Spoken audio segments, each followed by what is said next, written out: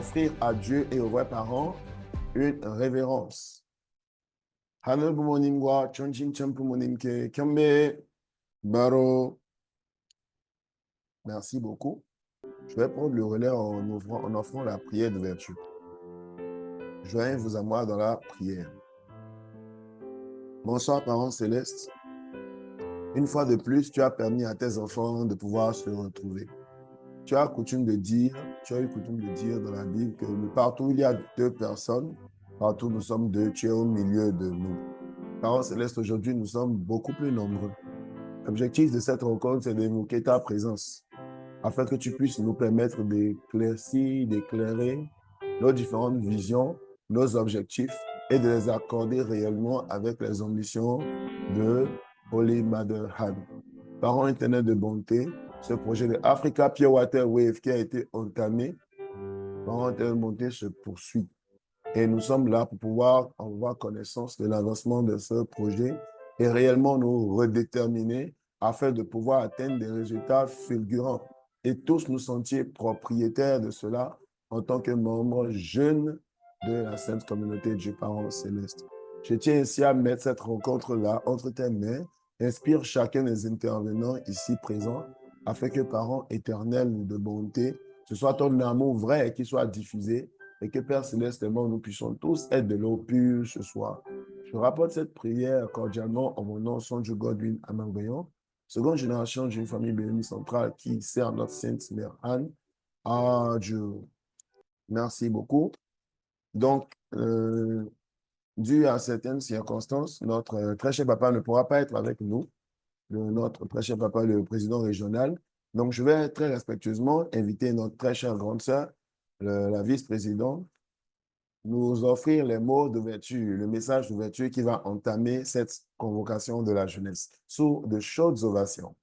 Okay, greetings. Thank you to our MC for giving me the floor. Greetings to all of our dear leaders who are present and also to all my brothers and sisters. Welcome to the third youth convocation that we are holding this month of March, and it is the last convocation before the events.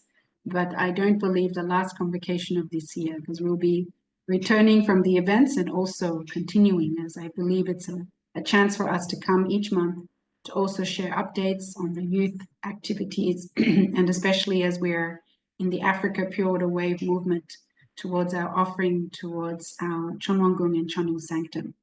So yes, I welcome you all. As normally our Papa Kadima was supposed to be in this position. Unfortunately, he's been very busy. He's actually doing the last rounds of the matching, and therefore has been quite busy in the last 2 weeks, actually. So I hope you can also understand. He's definitely supportive of what we are doing, and together we really hope we can attend to our Heavenly Parent and true parents in this very important moment. So this convocation is also a chance for us to come together, recap also on what we did last month, especially the Chonyogo Youth Assembly, where we were able to listen to the Champamoron. So you had a lot of questions that time. So we'll be going through those questions together in this session, as well as give updates on what is happening and our preparations towards the Chonil Sanctum. So thank you so much. This is what I can give as an opening and welcoming you all. Let's be attentive. I can see still people are joining. Let's try and bring everyone to continue to join so that we can all be together in this moment. Thank you. Merci beaucoup, très chère grande sœur. Nous recevons ces remarques sous de chaudes ovations. J'aimerais inviter toutes les personnes qui sont connectées dans ce Zoom à bien vouloir ouvrir leur caméra pour mieux participer afin que nous puissions nous voir, nous puissions savoir qui sont nos frères, que vous puissiez vous connaître les uns les autres. C'est toujours bien, c'est toujours intéressant. Donc, ouvrons tous nos caméras. Merci beaucoup. Donc, sans plus tarder, je vais très respectueusement inviter l'envoyé spécial, notre très cher grand frère Godson Ogourier, pour nous faire un point, une mise à jour de l'avancée de Africa Pure Water Wave sous de chaudes ovations. Yes, thank you. Thank you very much, MC. Thank you for the invitation. Good afternoon, good evening to our regional vice presidents, good evening to all providential leaders gathered here, brothers and sisters. You are all welcome to this final youth convocation, at least for this period.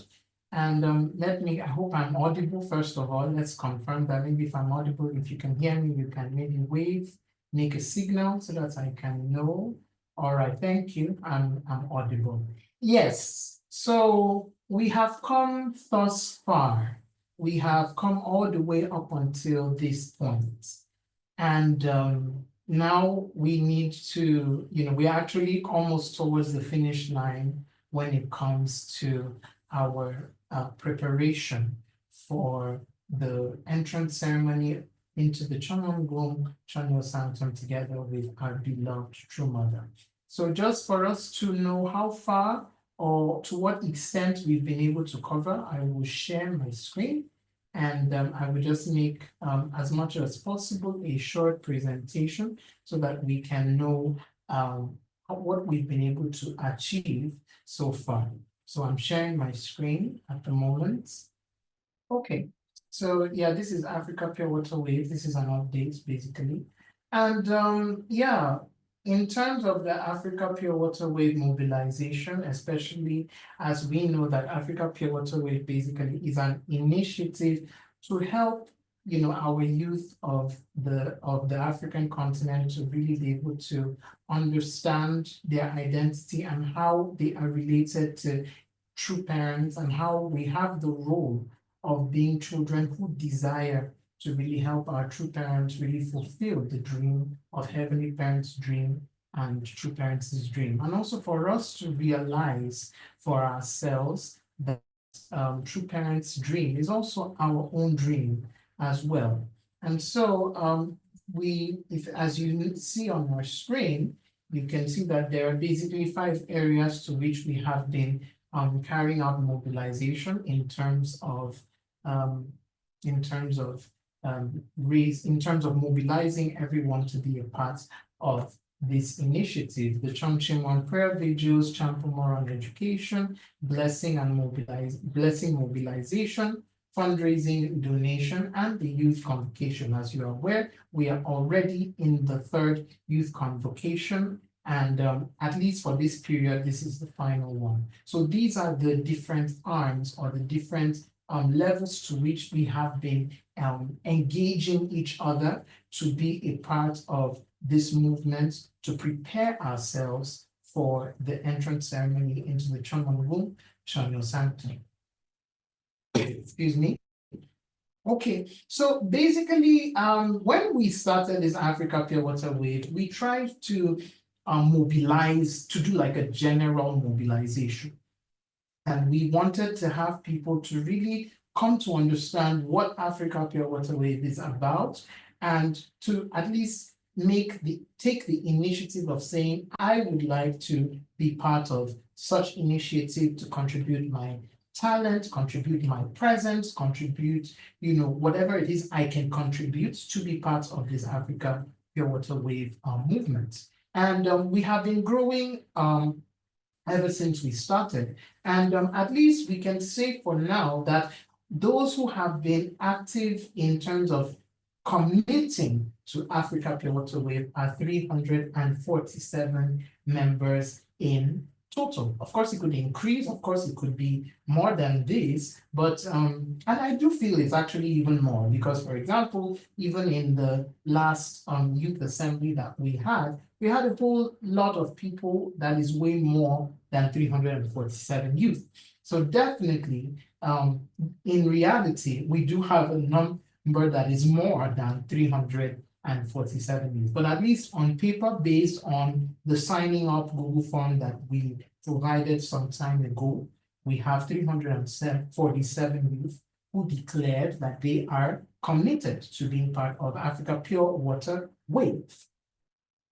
Next is blessing mobilization. As you know, this blessing that is being held in the month of April, precisely on the 12th of April, is a very, very special blessing because it is tied to the big event, which is the entrance ceremony of the Chonwongun and the Chonyo Sanctum. And indeed, as we know already, the entrance ceremony into the Chonwongun Chonyo Sanctum is the time where we are substantially welcoming Heavenly Parent into his and her substantial home, basically. So that is why this blessing ceremony that is being conducted, or that will be conducted during the month of April, is a very, very special blessing ceremony that, in fact, our True Mother really pushed and encouraged to have a lot of participation from our youth, whether it's first-gen youth, whether it's second-gen youth, or even third-gen youth.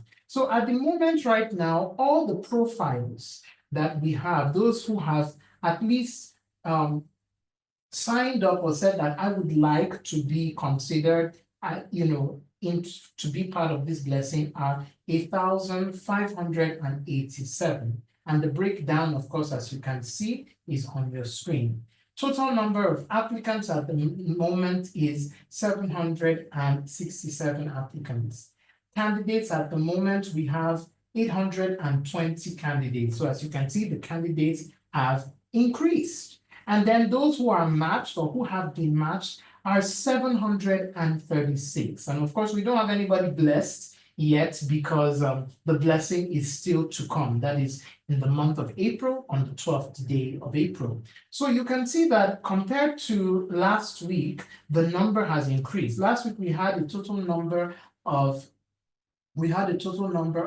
742 candidates, and this week we have 830 candidates. For those who were matched, we have 714 candidates matched last week. This week we have 736 who have been matched. So you can see that there is a growth.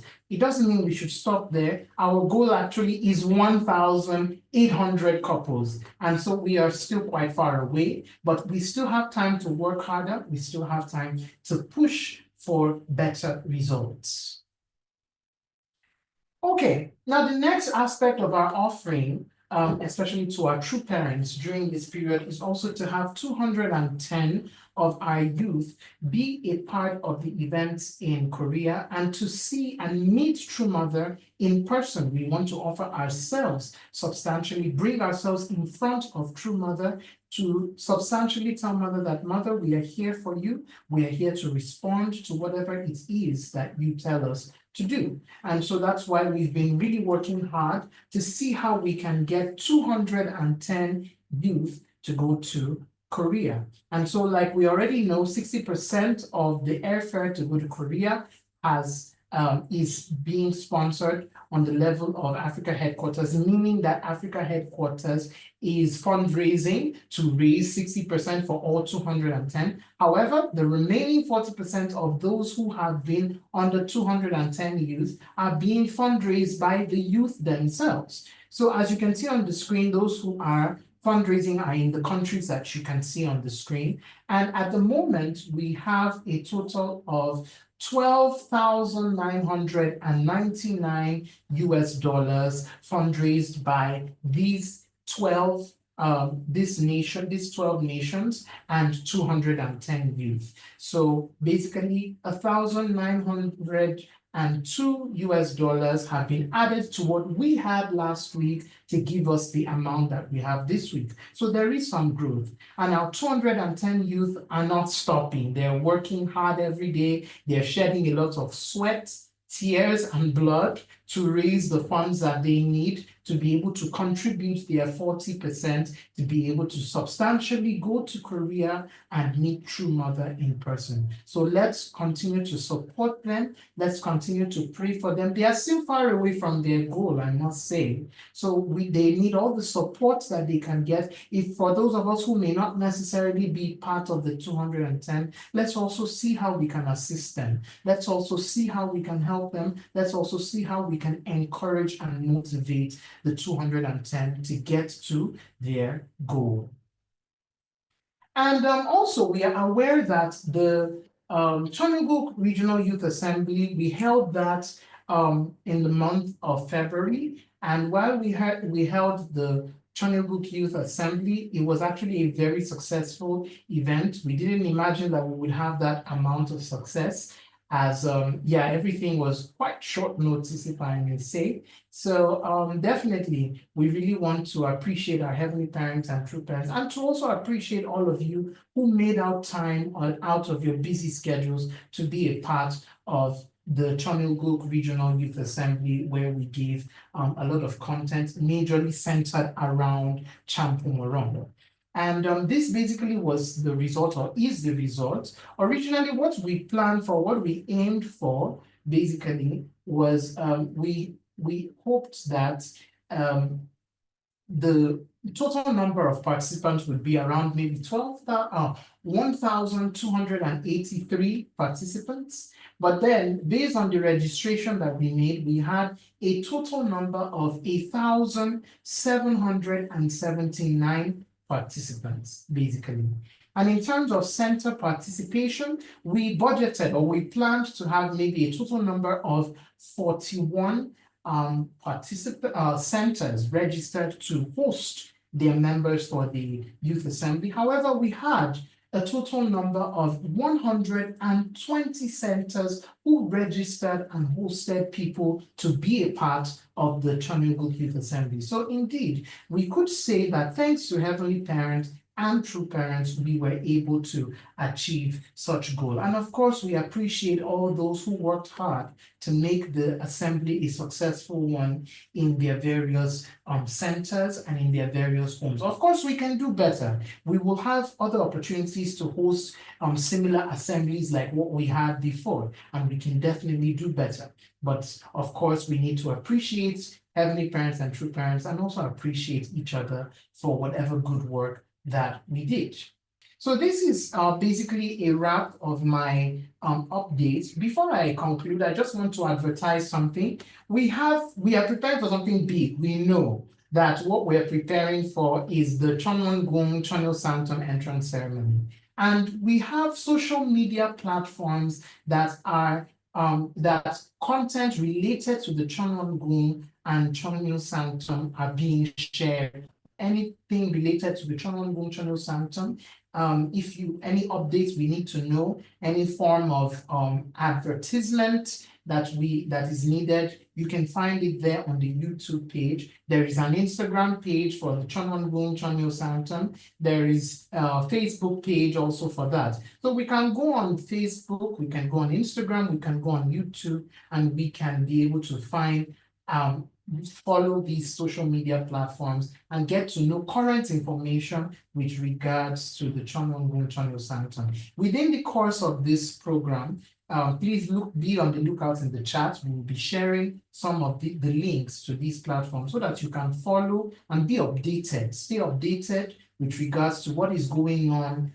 in the Providence with relation to the Chonwon-gung Chonil Sanctum entrance ceremony. So dear family, dear brothers and sisters, thank you so much for paying attention. It's not over until it's over. We're still working hard towards achieving the goals that we have put and offered in front of Heavenly Parents and true parents. Thank you for listening, and we hope that we can all have a good time here at this convocation. Have a wonderful evening, and we're going to see you soon. Thank you. Merci beaucoup. Désolé, je n'arrivais pas à ouvrir mon micro. Donc, recevons ce partage sur de chaudes ovations. Merci beaucoup à notre très cher envoyé spécial. Voilà, c'est un partage vraiment important. Cela nous permet de pouvoir savoir à quel niveau nous en sommes. Ça nous donne l'énergie pour pouvoir mieux nous redéterminer. Donc, ensemble, nous puissions joindre nos mains pour pouvoir atteindre les objectifs de Africa Pure Water Wave et faire une réelle offrande à nos très chers frères parents. Donc, à présent, c'est le moment du Undoke. Donc, la technique va nous aider à partager le Undoke.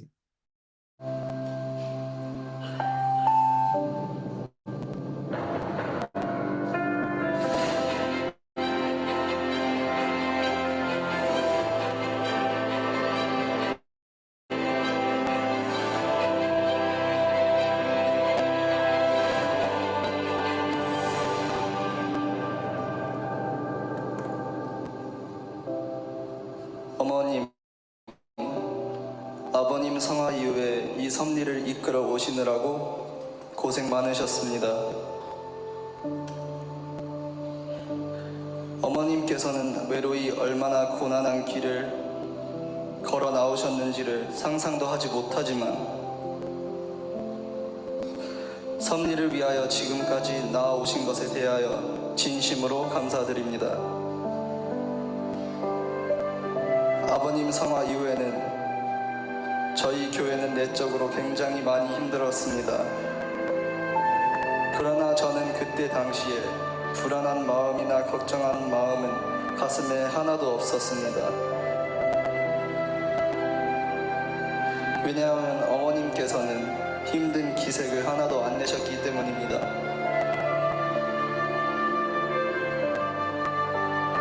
저는 그래서 그때 당시에는 저희 교회가 위태롭다는 사실을 전혀 모르고 있었습니다. 하지만 어머님께서 참 아버님께 드리는 서신을 듣고 난 후에는 어머님의 그러한 모습은 저희 식구들, 저희 통일가를 안심시키기 위함이었다는 사실을 알게 되었습니다. 어머님의 친자식들이 어머님을 배반하고 믿고 따라야 하는 공직자들도 불신하고 세상 여론도 통일교회를 이제 끝났다고 했을 때 어머님의 심정은 어땠을까요?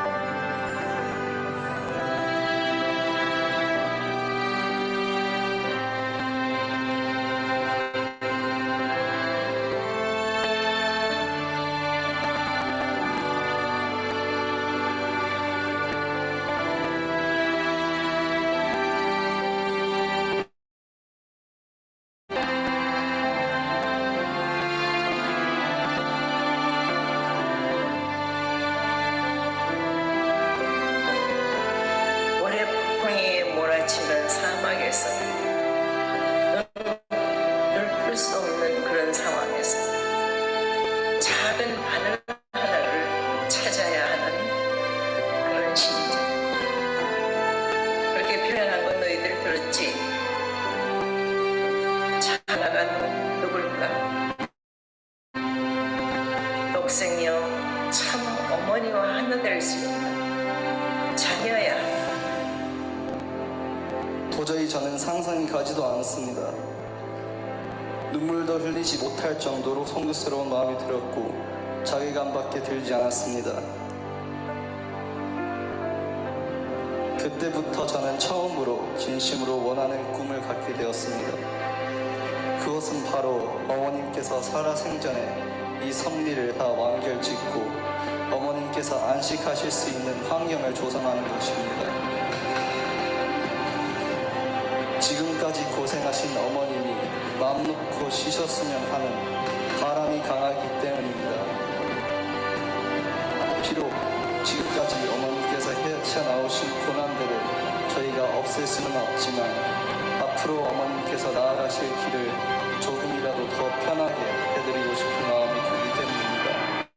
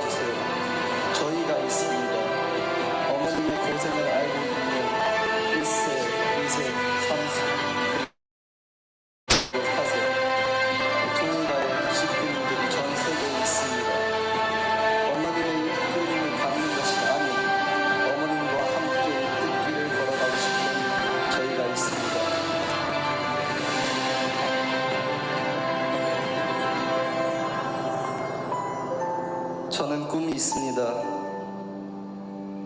이 섭리가 마무리되어서 어머님께서 편히 쉬실 수 있으시면 좋겠습니다. 현실적으로 이것을 이루는 것은 어렵다는 사실을 알지만 하루하루를 살아나가기로 결심하였습니다. 어머님께 도움이 될 수 있는 효손으로 성장할 수 있도록 저희 최선을 다하겠습니다. 어머님 사랑합니다.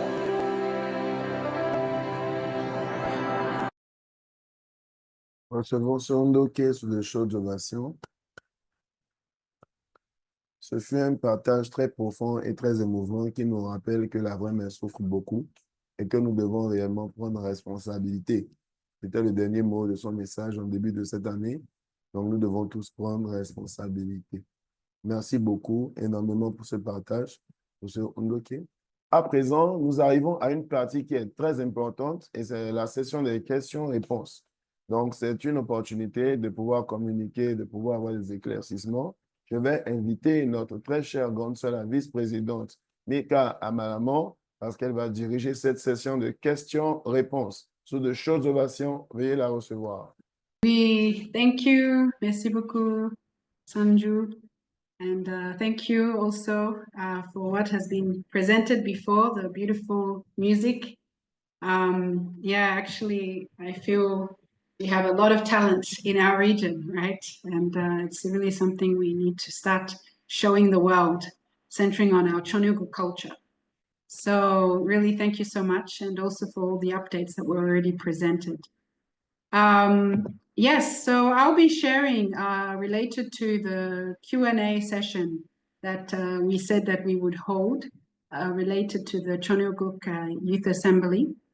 Normally also our lecturers, Heavenly Top Gun lecturers, were going to be with us to give their answer to their questions, to the questions that were raised about their lectures that they presented. However, they are currently on the plane going back to Korea. They've been called by their Heavenly UPA and Heavenly Top Gun program to return back during this period as they're preparing for the entrance ceremony. So they're going to be supporting the different preparations that are needed. So they were quite disappointed since we changed the date. Initially, we were planning to do it last week, but we put it for this week. So they were a bit disappointed, but they made a list answering the questions that you posed. They answered each one, and it is that I'll be also reading, so that at least they can feel like they also were able to contribute to this Q&A session. And then I'll be ending with also my comment related to also our understanding of Champamoran and what we need to do to further understand. Because I don't think one session of Champamoran, as we did over the course of the Chonyuguk Assembly in one day, is enough. We need much more than what we did, but at least it's a start.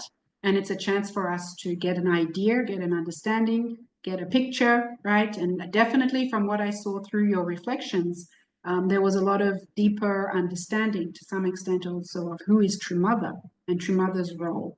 So this was something I feel, and also this era, what is the importance of this era as we are moving into this new era? So of course there were also questions though, right? Because to really understand, there's a need also to have our questions answered and be able to discuss together in a kind of a environment for which we want to grow, right? Not just questions to contradict, but questions to grow. This is needed. We need to continue asking questions so that we can keep growing, keep learning, keep developing, and become truly able to deepen our relationship with Heavenly Parent and True Parents. So I'll be sharing my screen in order to present the questions and also the answers to those questions. As I said, the first part will be related to what the Heavenly Top Gun missionaries gave, the 3 lecturers that gave our lecture. They answered based on their lecture the questions that were asked. The reason why also I want to share their answers is because actually their position as Heavenly Top Gun, but not only Heavenly Top Gun, they were UPA. They're the UPA first group. So the UPA first group are of Sun Moon UPA. So the graduate, not it's the undergrad, so the university level. They were the first group together with the True Children, Shinchonlim and Shinungnim. They are part of the first group. So actually this group really, part of their education was Champamoran. So their lecturers, many lecturers were related to Champamoran. So in a recent message by True Mother actually said to the world that the UPA Heavenly Top Gun missionaries should teach Champamoran in their different locations. So it was with that energy or that proclamation from our true mother that these 4 young youth missionaries decided to focus their attention on giving Champamoran lectures by preparing the lectures based on their understanding, based on what they learned, and then conveying it. So I really do applaud them for that. I mean, I really feel they did a very good job. But as I said, this Champamoran, it's still developing, right? And so they also are learning as they are also giving.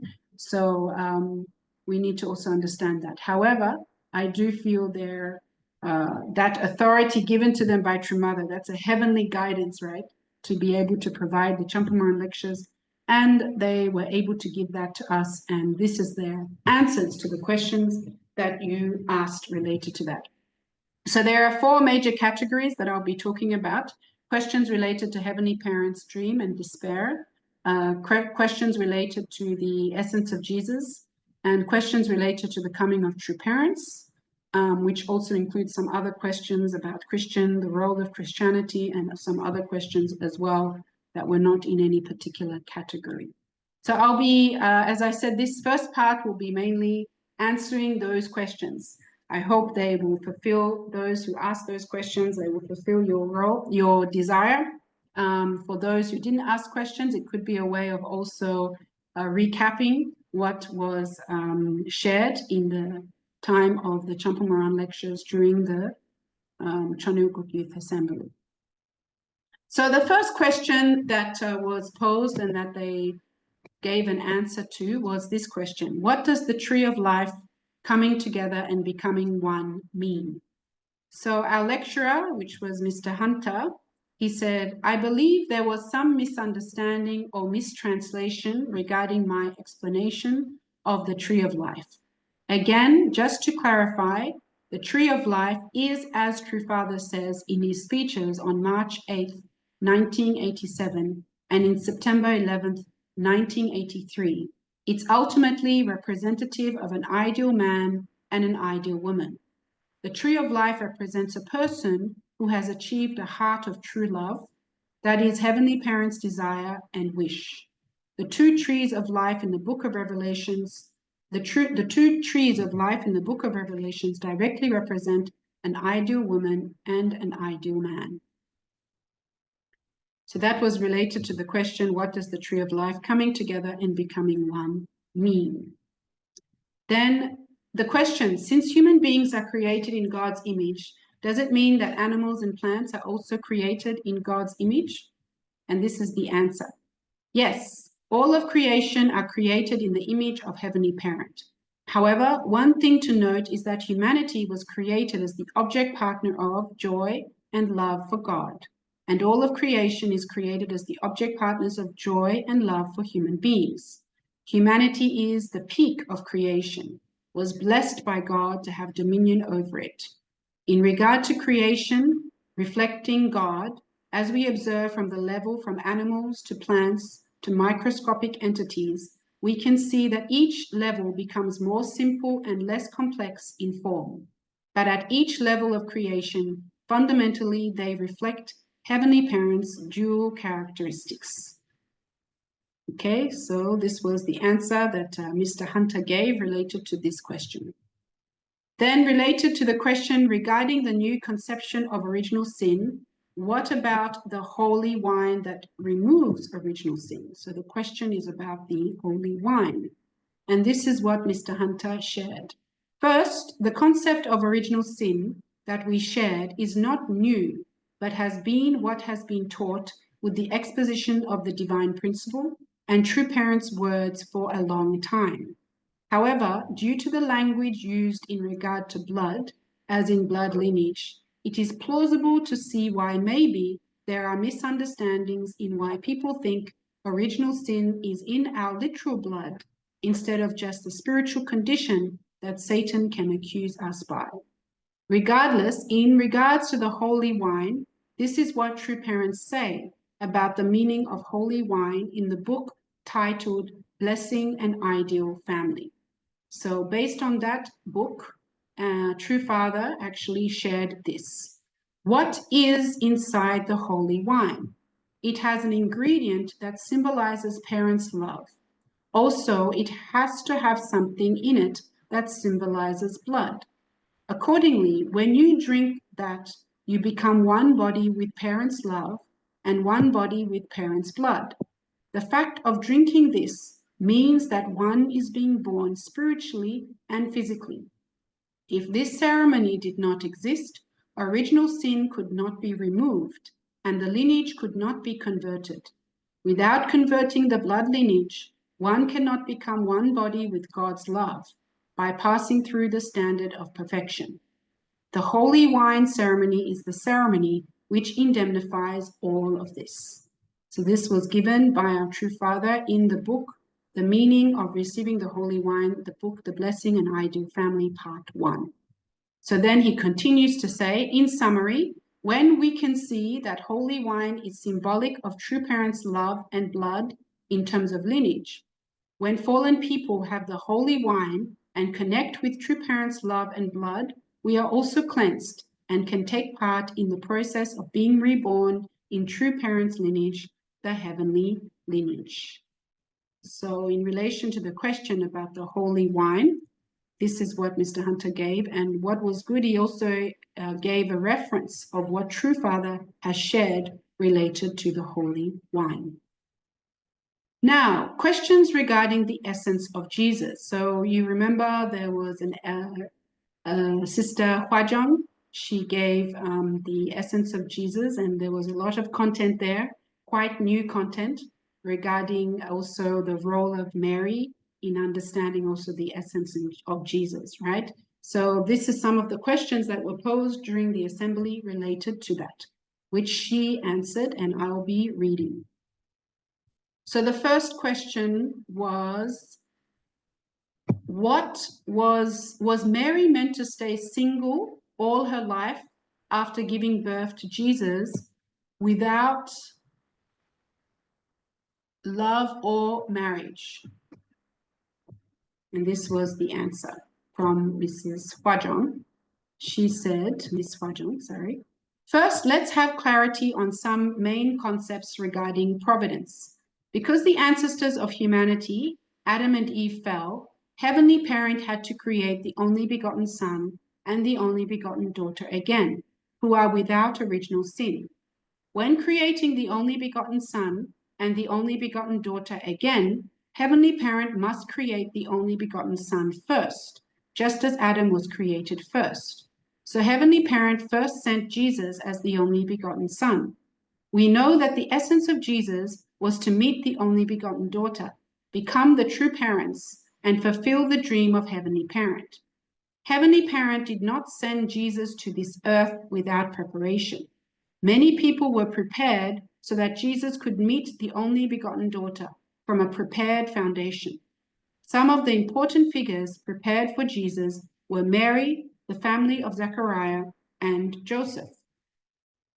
Now, the question, was Mary meant to stay single all her life after giving birth to Jesus without love or marriage? This question asks whether Mary was supposed to live her whole life without love or marriage after giving birth to Jesus. To answer this question, we need to understand Mary's responsibility. What responsibility did Mary have in preparing the foundation for Jesus? She was meant to help Jesus meet the only begotten daughter. Mary needed to maintain her purity, not give birth to any other children besides Jesus, and focus on protecting Jesus. However, Mary had relations with Joseph, bore other children, and was not able to give Jesus the full protection and attention that he needed. To understand the responsibility that Mary originally should have fulfilled, we can look at the life of Hongsune, Demonim, True Mother's mother. Demonim is the biological mother of True Mother. As the mother of the only begotten daughter, Demonim dedicated her entire life to protecting the only begotten daughter. This was something Mary did not do. After giving birth to the True Mother, Demonim, after discussion with Debunim, True Mother's father, who respected her decision completely, lived separately from her husband and devoted her entire life to God and raising True Mother. She never met her husband again for the rest of her life. Mary should have focused on raising Jesus as the only begotten Son. In other words, Mary must have led a life of complete devotion to Heavenly Parent rather than on her personal love and marriage, just as Demonim did. So this was in relation to understanding Mary's role, especially after giving birth to Jesus. Now the question, how does True Mother's role as the only begotten daughter complete Jesus's mission? So Ms. Huajong mentioned, we have previously spoken about the work of the Holy Spirit. Through the Trinity of Heavenly Parent, Jesus and the Holy Spirit, spiritual salvation was made possible for fallen humanity. However, we all know that spiritual salvation is not the complete fulfillment of the dream of Heavenly Parent. Originally, Jesus was not supposed to form a spiritual trinity with Heavenly Parent, Jesus, and the Holy Spirit. Instead, he was meant to form a substantial trinity with Heavenly Parent, Jesus, and the only begotten daughter. That was the essence and mission of Jesus. The question above asked was how the only begotten daughter, the true mother, could complete Jesus's mission. Jesus's long-standing wish was to meet the only begotten daughter and become the true parents. It was not about becoming one with the spiritual Holy Spirit, but about meeting the substantial Holy Spirit and becoming the true parents.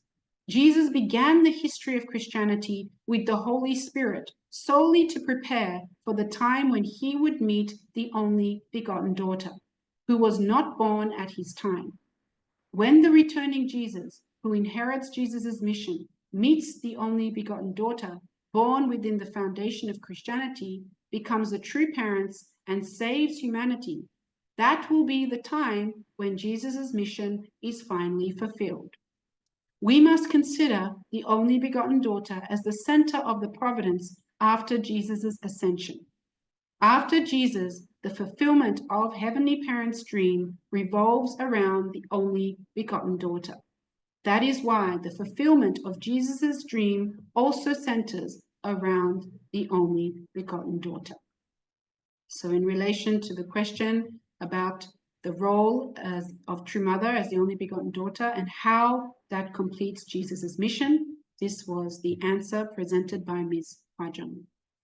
Then related to the question, what relationship should we have with Christianity in the era of Cheonilguk? Ms. Huajong answers, in the previous question, we learned that Christianity began with the work of the Holy Spirit. And we also learned that the essence of Jesus is to prepare for the meeting of the substantial Holy Spirit, the only begotten daughter. So what kind of relationship should we have with Christianity in this era of Cheonilguk? Until now, there has been much distance from us and Christianity. Christianity has called us a cult and spread numerous negative rumors. Perhaps some of us have believed that Christianity is not at the center of God's providence. However, Christianity is a religion meant to welcome the only begotten daughter. Until now, we have somehow fought against Christianity, but now is the time for us to tell them about their true mission. It is not about fighting with Christianity, but embracing them with love and guiding them towards True Mother. Christianity is not a failed religion because the only begotten daughter is still alive on earth. If Christianity accepts True Mother before she goes to the spiritual world, it will have fulfilled its mission. We must let Christianity know that the only begotten daughter has come. We must help Christianity realize their true mission. Now, in relation to the question, if Jesus is the only begotten Son, then who is True Father in relation to True Mother, the only begotten daughter? Until now, this is the answer that Ms. Huajong gave. Until now, we have learned that Jesus came as the only begotten Son, and True Mother came as the only begotten daughter. So what about our True Father? True Father is not the only begotten Son. God creates only one only begotten Son and one only begotten daughter. True Father is the second coming of Jesus, who inherited Jesus's mission. Here we may begin to feel a bit confused. the idea that true Father is not the only begotten Son might seem to diminish his position. Perhaps some might think that Jesus and true Mother are on a higher level than true Father. However, what I want to share is that the positions of Jesus and true Father are different. Although true Father was not born as the only begotten Son, he ascended to the position of true parent through the holy marriage. Therefore, the position of true Father is higher than that of the only begotten Son. Jesus not only received blessings from true parents, but Jesus in the spiritual world must attend true Father. True Father and true Mother are eternally one, and they are the true parents who fulfill the position that even Jesus could not attain. The fact that true Father was not born as the only begotten Son is not so important. What matters is that true Father, together with the only begotten daughter, true Mother, completed the position of true parents.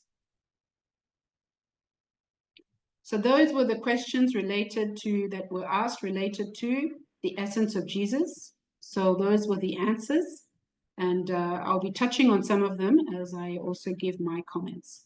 So the third category was the questions regarding to the coming of true parents. So this was based on the lecture that Ms. Ling Yi, she shared, and related to the coming of true parents. There were 2 lectures, part 1 and part 2, and there were many questions coming from this. So please bear with me as I read the answer that she gave to some of those questions.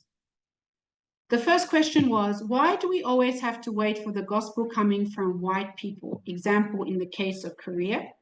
So meaning the fact that the chosen people are Korea, and the fact that perhaps we have to wait for only this coming from white people. So this was her answer.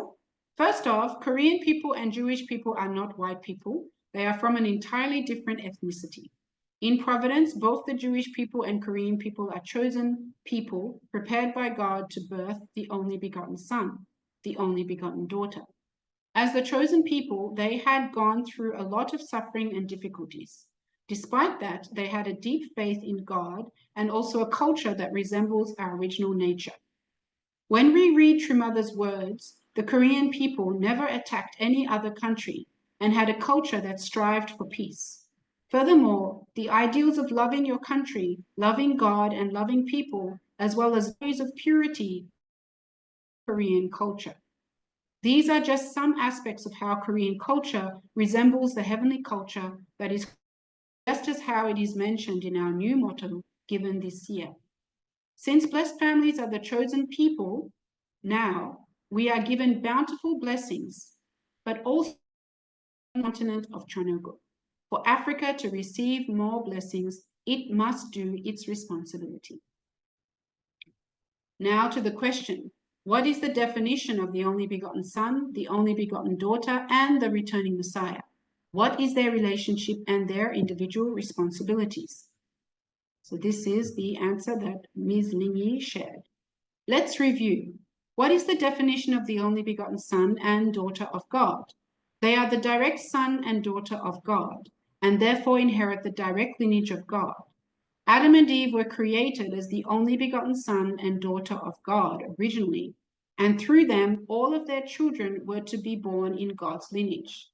But because of the fall in the Garden of Eden, we can no longer call them the only begotten son and daughter of God. Because of the fall, all of humanity now inherits original sin, the condition in which Satan can accuse us of being his children.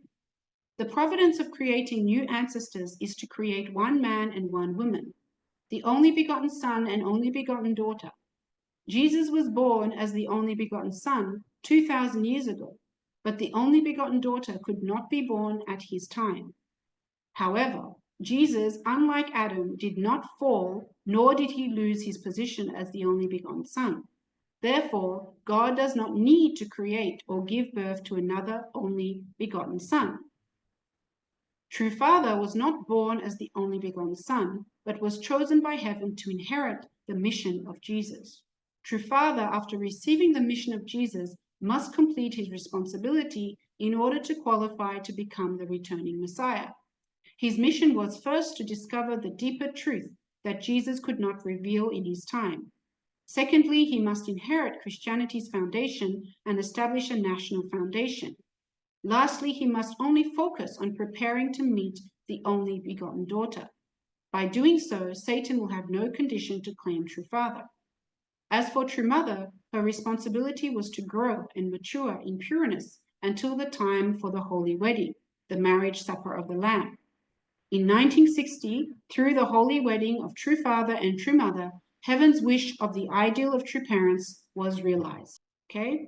Now, related to the question regarding the responsibility of the Messiah of the Second Advent, we learned that true father was not in a position to choose his wife. What is true father's responsibility then? This was the answer by Ms. Lingy.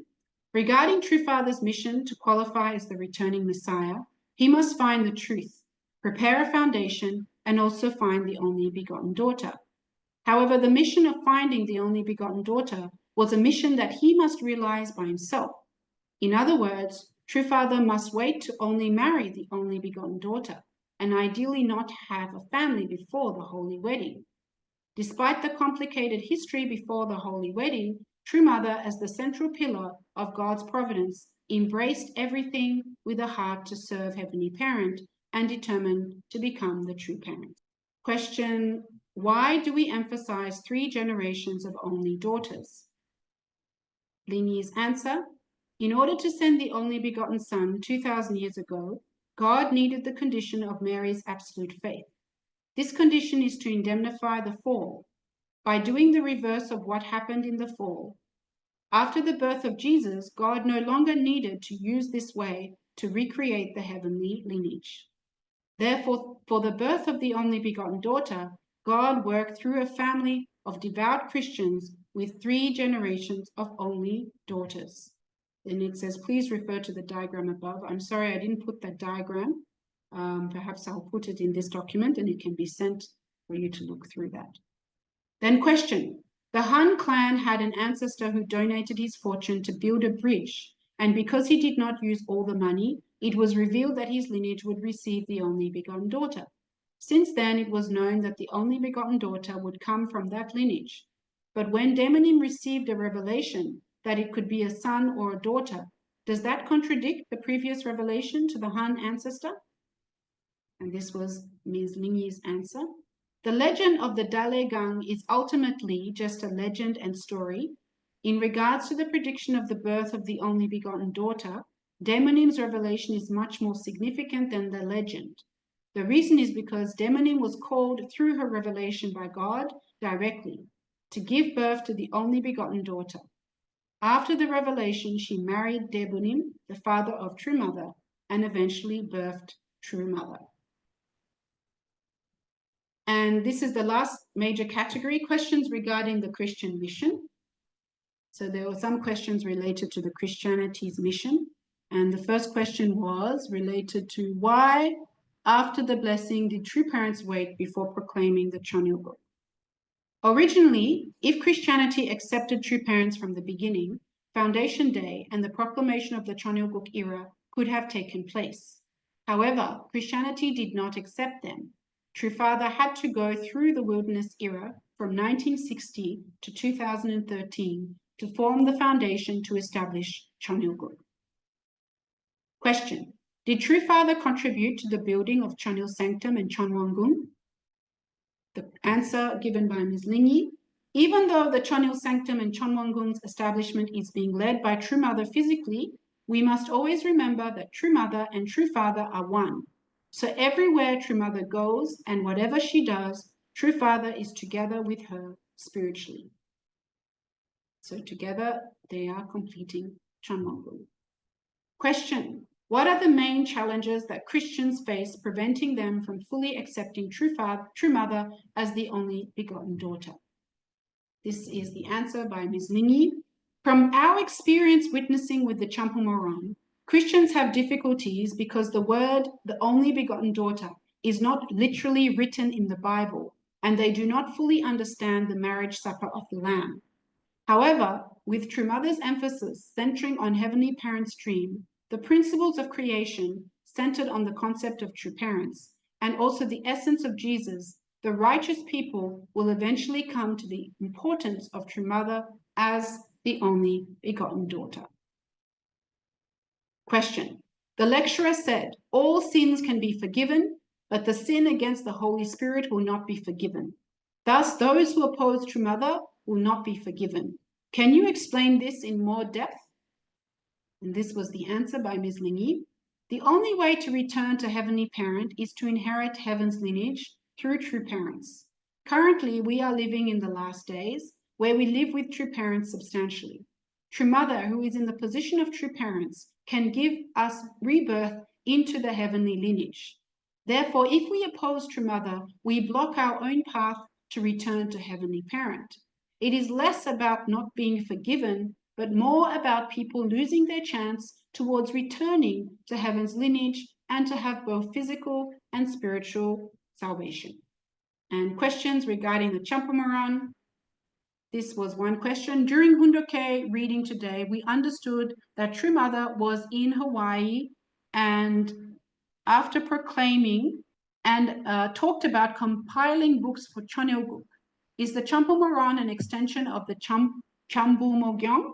So the textbook Chambu Mogyong, there is a textbook Chambu Mogyong, and this is the answer that was given by Ms. Lingy. Champumoran is not an extension of Chambu Mogyong. You can consider Chambumoran as a supplemental content to the divine principle because it includes the truth about the only begotten daughter and the heavenly parent, the heavenly mother, and also a deeper understanding of the providence centered on true parents and heavenly parent. It also amends and supplements the contents of the divine principle to fit the Choneoguk era. Within the Champamoran, there are clearly some sensitive topics. For us to understand them, we must first think about True Mother's heart. With true love and the truth, True Mother established the status of true parents. They are one with Heavenly Parent in both the spirit world and physical world as absolute, unique, unchanging, and partners aligned with the eternal principles of creation. True Father and True Mother together fulfill the ideal of true parents. Other questions? Question, in a situation where I have tried different ways to feel closer to Heavenly Parent and true parents, but still feel distant, how can I overcome this? Ms. Lingy answered, let's have an example using our physical parents. We are close with our parents because we know who they are, and we have had a long relationship with them.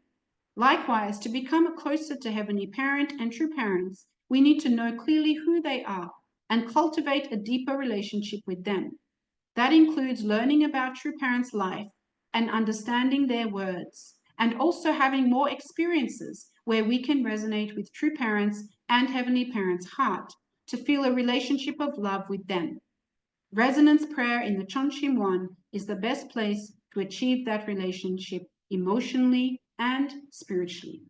And then lastly, what message should we offer to Christians given that they did not fail as shown in Jesus' words on the cross? It is finished. This is Ms. Lingy's answer. If Jesus truly completed everything that must be done on earth, there would be no reason for him to come again. Jesus said those words because he did everything he could, despite being rejected by the Israelites. He completed and finished what he could, but his original essence and mission was something deeper. That is why we must teach them properly about the essence of Jesus. Okay, so actually that marks the end of the Q&A session. That all the questions, actually they answered all the questions that were asked. As you can see, there were quite a lot. And you can see that they did their best to answer those questions. Maybe for some, this was an answer. Maybe for some, you got more questions from it. You never know, right? Because we are still growing and developing our understanding of the Champamoran. And therefore, I believe there should be time, more questions and discussion to be able to deepen our relationship. So what I want to conclude with, I know we went through that and it was quite long. I just want to conclude with also my comment in relation to our approach to studying the Champamoran.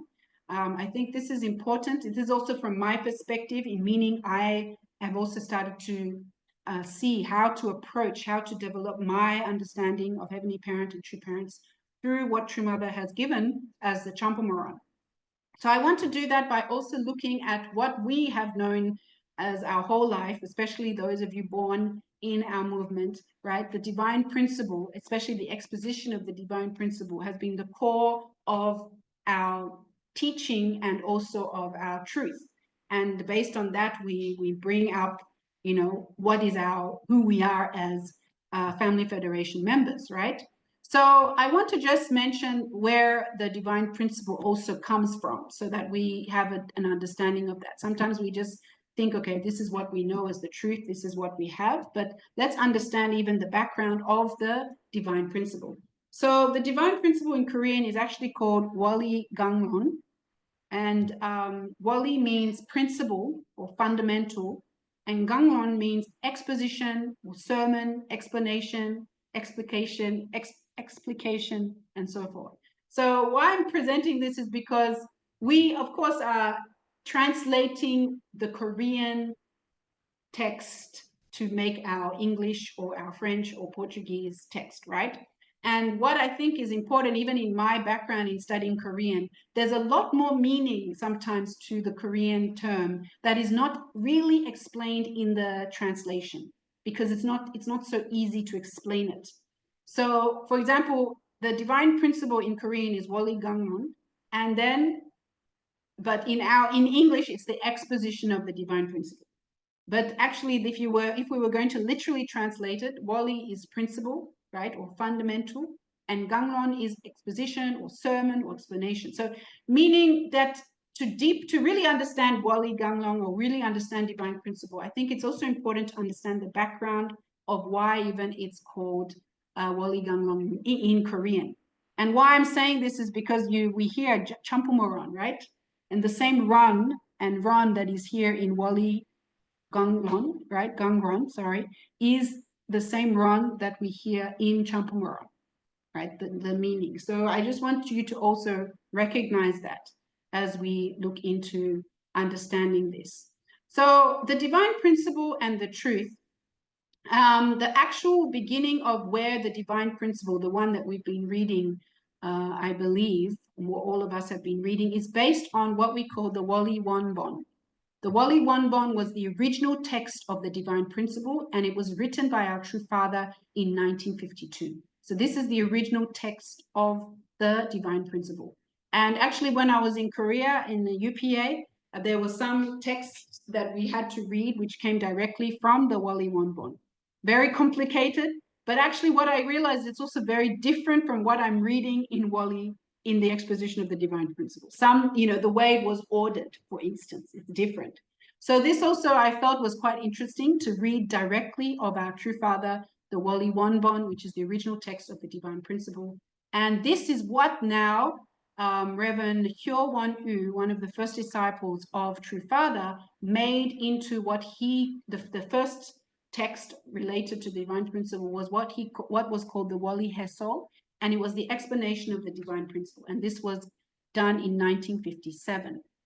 And it was from that now that the Wali Gangron became now the divine principle, exposition of the divine principle book that we are reading today. Okay, so this is interesting. For me, when I saw this difference, this format of how the divine principle that we are reading today was also taken from the Wali Wonbon, the Wali Hesol, and eventually now what we read, I did see something quite interesting. First of all, even if we look at the dates for which it was written, we can see that in 1952, the first text that True Father wrote, which is what we base the divine principle on, was written in 1952 by our True Father. Then based on that, his disciple, Reverend Hyo Won-woo, made now an explanation, which now became more like refined it to become what we call the divine principle. All right, so this is something I want us to recognize because one thing I learned from Reverend Hwang, the director of the Chombo Branch East, he always says that we should look at True Parents' words based on when it is written, not always just read and just think, okay, this is what is meant based on now, right? but when it was written, and understand the context of when it was written in order to understand even the purpose of those words and the meaning of those words. So when I look at it from that perspective, if I look at when True Father wrote Wali Wonbon, it was actually before he even met True Mother, right? It was even before he had the Holy Marriage Supper of the Lamb. So I think we can also come to see that it was a perspective that True Father needed, especially to Christianity, because at that time his main mission was also how to prepare the foundation of Christianity to welcome the only begotten daughter. So if you look at even how the Wali Wonbon is written, that is now presented in explanation, it is more towards that, the understanding of Christianity, and the fact that also Christianity, the fact that Christianity needed to start recognizing the true meaning of the Messiah, which was that he wasn't coming to just go the way of the cross, right? And that's how it was presented. So definitely we can come to see that True Father had the truth for which was needed to express at a certain time period related to especially how to bring the foundation of Christianity. And this was then taken by his disciple to now present what we read today. But what I want us to just reflect on is also, for me anyway, when I saw this, it made me realize also the difference of when True Father didn't also have the Holy Marriage Supper of the Lamb and after. If you look at even his words from before True Mother, meeting True Mother and having the Holy Marriage Supper of the Lamb, and his words after, you will see a difference, right? So it's something we need to take into consideration as we approach also Champa Moran. So the divine principle and the truth. Even the divine principle had shared in the divine principle itself. It says, the words proclaimed on these pages are only a portion of the truth.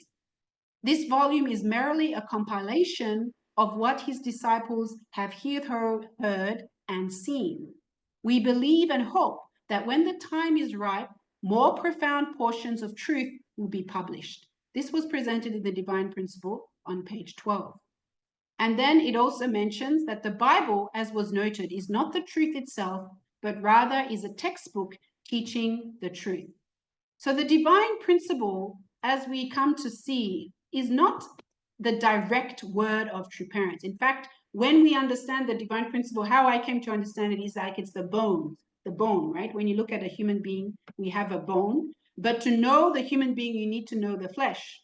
You need to see the flesh. That's when you can see the human being, right? The real substantial human being, right? So how I understood the Divine Principle was it was the bone, but the flesh was actually our true parents' words. That's how then we can really structure, right, who that human being is, who we are as God's child. It was not just from the bones, the skeleton, it was from the flesh, which I came to see as True Father's and True Parents' words. So this actually even before Champa Moran, this is how I understood even the Divine Principle. It's a portion of the truth, but even in the Divine Principle itself, it says there will be a time when wheat is more ripe, when we are more internally and spiritually aware, that more profound portions of truth will be published. So this is something also to take note of. So divine principle and the truth, we come to see that there are different developments of truth. If we go from the Bible, the Old Testament, the New Testament, the divine principle, and now we are coming to understand what is Champa Moran, right? Champa Moran. This is something that True Mother is explaining is very needed. And as was answered in some of the questions, it's in a way a supplement to the divine principle. It in a way even comes to bring more understanding of what the divine principle started to teach, but did not fully complete. And I think if we even teach the divine principle, one thing we know, even in the textbook, it does not even proclaim who is true parents. It just says that the Messiah should come in this time and in this country. And obviously they're starting to give a concept to people what they should think. But it doesn't even proclaim who is true parents in the textbook itself, right? If we all study and have lectured the divine principle, we know that very clearly. So what really completes our understanding of the divine principle? What is it usually at the end of a 7-day lecture? What do we want to proclaim? What do we proclaim? We proclaim true parents. And even we go further into trying to give the life course of true parents. Why? Because it's part of understanding really the truth. It's the life course, the experience, and also the path of true parents and the words of true parents that now convey the real truth, because it's what all of history through thousands of years, God has been trying to establish, to eventually establish his presence on earth, right? So a substantial body of the true parents are the substantial word in substance, right? Not only in the skeleton, not only in the flesh, but in full aspect, even in heart, right? Representing the heart of Heavenly Parent. So it's very, very interesting to also look at it from that perspective, because we come to see that we shouldn't step and stand on just a book when we have the substantial word in front of us, which is our true parents, which is physically in the moment now our true mother. So in Chonyeolguk era, this is what your mother said. In the Chonyeolguk era, we have the Champumoran. According to the principle of creation, God is the creator, our heavenly parent. Heavenly parent created all things in heaven, on earth, and in the divine image. From the mineral world to the plant world and the animal world, there is male and female. Finally, Heavenly Parent created a man and a woman who were to become our first ancestors. Uniquely, with human beings, God made it so that we would grow and achieve perfection through our own effort. This is the principle of creation. Is this clear to you? Thus, the Creator's desire and the desire of all people is to meet true parents. So in the era of Chonyeolguk, you should study Champumoran. Can you understand? So this was given by our true mother on July 18th, 2024. And really, actually it was from, I believe, this speech that even she was saying that the Heavenly Top Gun, UPA, should go and teach Champumoran, right? So what is Champumoran? Let's also look at it from looking at the Korean term and even the Chinese characters related to Champumoran. Sometimes from my background in also studying Korean, they look at it really from this perspective, understanding each term, not just the word itself, but each meaning of the character is also allowing us to understand the true value of Champumoran. So sometimes if we look at Champumoran, what is the value? What is it in terms of the characters? Cham is true. Bu is father. Mo is mother. And then Ron, either argument, discussion, theory, question of.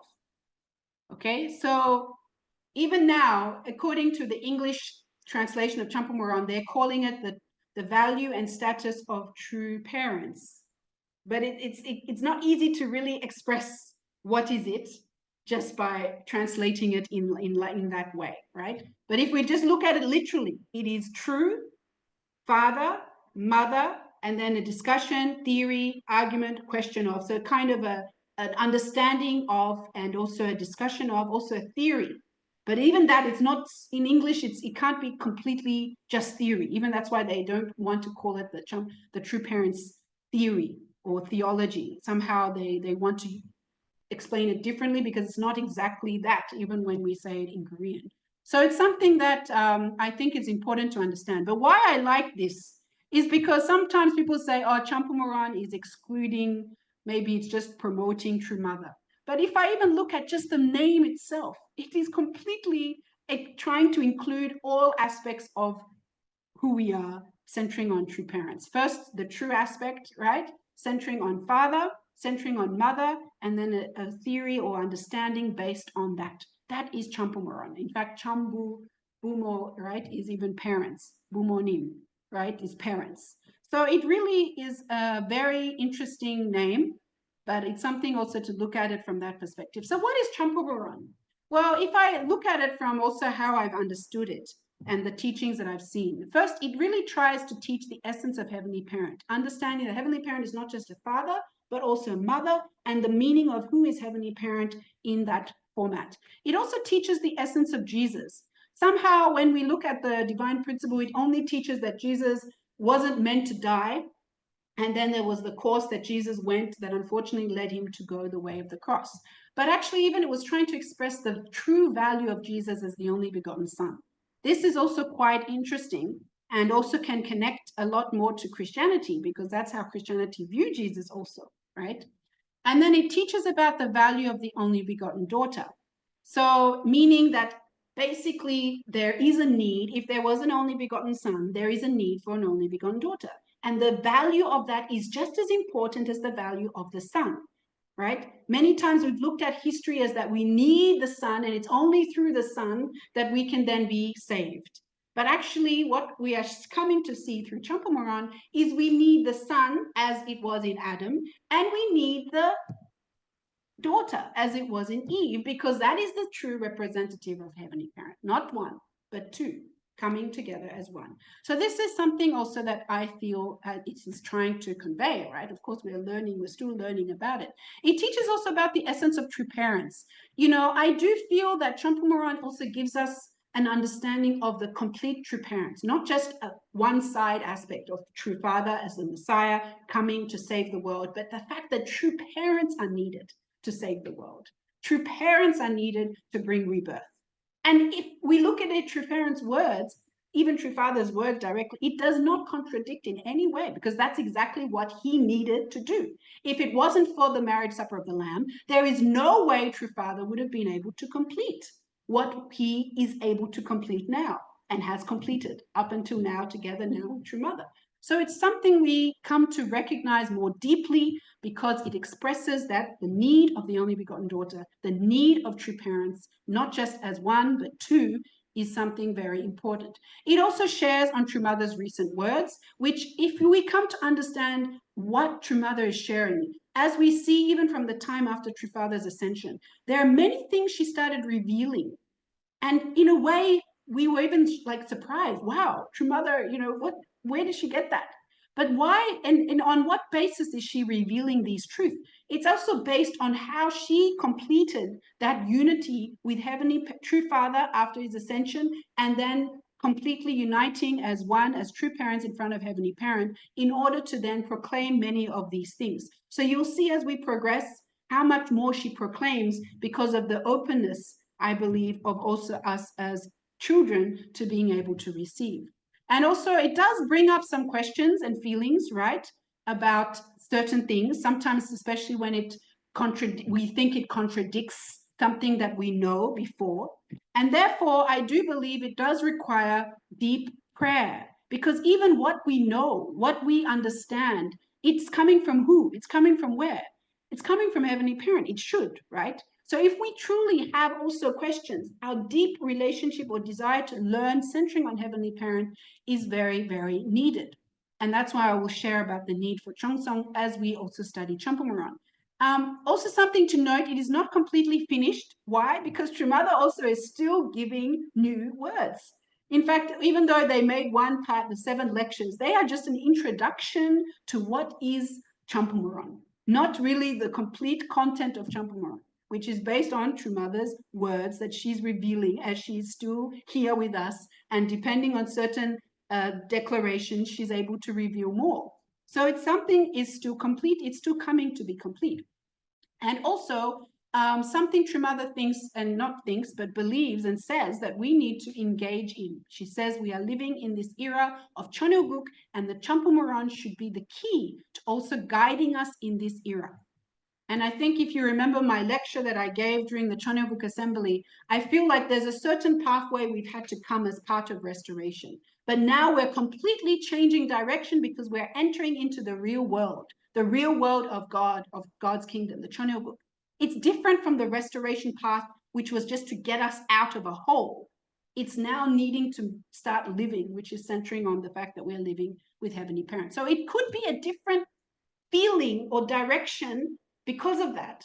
But why we say we should not hesitate to think that this is not the true direction, if we come to also understand it centering on Heavenly Parent and what Heavenly Parent's dream, and to realize Heavenly Parent's dream of his kingdom, right? And it's also an opportunity to deepen our relationship with True Father and True Mother through understanding their essence and value. So of course, perhaps it feels like we're just talking on relation to, you know, it's expressing, or even these days when you look at a lot of content, maybe it's expressing more about who is True Mother. But if you think about it, for the past thousands and thousands of years, this part of Heavenly Mother has never been presented. And what is interesting is we never question that. We never questioned that. Like, we kind of accepted that this was just normal. But that's why, for me, I think we should also not question now the fact that we're trying to give more content about True Mother, because in a way, it's providing an understanding of Heavenly Mother's side, which we all come to accept is something we need to know, is something we need to deepen our relationship with. It's something we need to understand. So I feel it even comes to deepen our relationship with True Father as we come to understand the true value of True Mother. So I won't go into too much detail now, but definitely we are entering into a new providence, and we need to have an understanding of that in terms of the fact that we're not living in the wilderness course anymore, but we're living in Chonyogut, and we're moving towards the ideal, not in terms of restoration, but in terms of God's principle of original creation. So True Father and True Mother, if we come to recognize it, actually the whole purpose of True Father and True Mother is to become one, representing Heavenly Parent. This is actually the definition of even Chonyogut, two becoming one. So at the moment, the concept of thinking of True Mother maybe as one with True Father is a little bit hard to understand, because we see two people, right? But if we come to recognize even Heavenly Parent and the fact that Heavenly Parent is a father and a mother, in fact, even that is not so easy. Even me, I still, even though I say Heavenly Parent, I still say he, I still say father sometimes, right? It's not so easy to say mother because it's not in my culture. I haven't grown up like that. But I believe, I hope, as we develop in this Chonyogut era, that it will be natural to see Heavenly Parent truly as a father and also as a mother, right? Basically, the oneness of Heavenly Parent as two becoming one. So this is how I also feel we need to live and understand. So our attitude in this time is we need to receive the word gratefully, not question it just for the sake of questioning, but really try to understand it with, okay, I'm here living in this time and True Parents are giving me this word. How can I understand it? How can I deepen my relationship? Have a pure heart. Have a parent-child heartistic relationship with True Parents, right? This is the life of attendance to True Parents. Attendance is not something just by word. It's actually by practice. That's why True Mother said, actually, the true attendance of Hyojong is not when the parents have passed, because that's just now a little bit more, in the air. But it's when the parents are alive. That's when we see true attendance. So this is the time to truly practice attendance to True Parents, the substantial word, the substantial being represented, Heavenly Parent here on earth. Then we also have to recognize that we are leaving the wilderness era, and we are coming into a culture of creating an environment of practicing true love. So it's an environment for growth, it's an environment for give and take, and it's not only to be followed by intellect, but also by heart. So how I want to approach Champu Moran, and I give as advice to all of you, is first of all, True Mother gives us new insights into the providence from her perspective.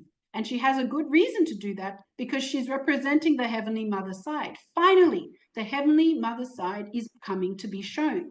On the path of faith, also, we have to recognize that action is something that needs to happen before perhaps understanding. We need to practice somehow in order to then get a full understanding of what we are trying to understand, what we are being taught or what we are hearing. By practicing, also, we come to understand. We need to also realize that satisfying answers come through prayer. So from my perspective, deep chongsang and devotion is needed when it comes to trying to understand Champu Moran. We need to reflect on my role as a child of True Parents, the fact that we are born of True Parents, and therefore before we question one side or the other, how am I as a child of True Parents? I'm here because of both True Father and True Mother, right? So how can I come to deepen my relationship, centering on me as a child, a filial child represented here in front of True Parents? And then True Father and True Mother are one, and together they represent Heavenly Parent. So this is what I feel we need to start to try and not just have in our intellect, but start to feel. It's not so easy, but it's needed. And it's something we have to keep practicing. And that's where I do want to stress, in order to truly understand Champu Moran, we need to also offer our devotion. We need to listen with the heart, right? Try to understand True Mother's situation. Try to understand True Mother's desire, and then practice that before even we question. And one thing also I feel, you know, when you hear about True Mother, what she did after True Father's ascension, maybe some of us sometimes feel by talking about who she is, claiming herself as the only begotten daughter, that we are devaluing True Father. But this for me is, I cannot even think about that, because if I look at what True Mother did after True Father's ascension, she gave her utmost Jongsong for 3 years, 1,095 days. So, you know, when sometimes people question things, I tell them, I think before you question, why don't we also offer the same amount of devotion? Offer that 1,095 days to our True Father if you want to just see True Father, right? And let's see what comes out of that, right? Personally, that's my feeling. I think we can't judge really True Mother, because what she has shown is utmost love that I don't think any of us can really say we have done to our True Father. This is my feeling. Anyway, this is my feeling. Of course, everyone can have their own, but it's something we really need to come to deepen our understanding of. So why I want to share this is our Chongsong is needed, our devotion is needed, our heart is needed to understand God. It's not just intellect. What is it? It's not just intellect. It's right heart, centering on heart, emotion, intellect, and will, right? Centering on heart. That's the key. Even in the divine principle, that's how it's mentioned. So that's why I think before anything, let's try and deepen our relationship in heart. And this is what we are moving on as towards centering on understanding who is True Mother, who is True Father, who is Heavenly Parent, and who am I in relation to them. So that's what I want to share. I hope it was able to convey also something. Of course, as I said, there are many questions possibly still. Don't worry. Please keep asking your questions, but not with a heart to deny, right? But with a heart to learn, with a heart to grow. And I believe we will have those answers because God is with us. So thank you. This is how I will be concluding. Merci beaucoup, grande sœur Mika. Merci beaucoup pour ce partage. C'était une très belle occasion. Vous nous avez beaucoup éclairé. Moi, j'ai eu des réponses à beaucoup de questions que je me posais. Donc, je suis vraiment reconnaissant et je suis sûr que toutes les personnes qui participent à ce Zoom sont aussi très reconnaissantes pour autant d'éclaircissements. Merci une fois de plus. Donc, sans plus tarder, nous allons très cordialement inviter le frère Pascal Deloncourt pour les annonces. Bonjour tout le monde, j'espère que vous allez bien. Je suis content de vous retrouver, de nous retrouver en cette soirée de notre 3e convocation de la jeunesse. Donc pour les annonces, j'aurai à présenter 3 annonces. La première va concerner le concours de création de vidéos que nous avions lancé pendant la 2e convocation, il y a maintenant plus d'1 mois.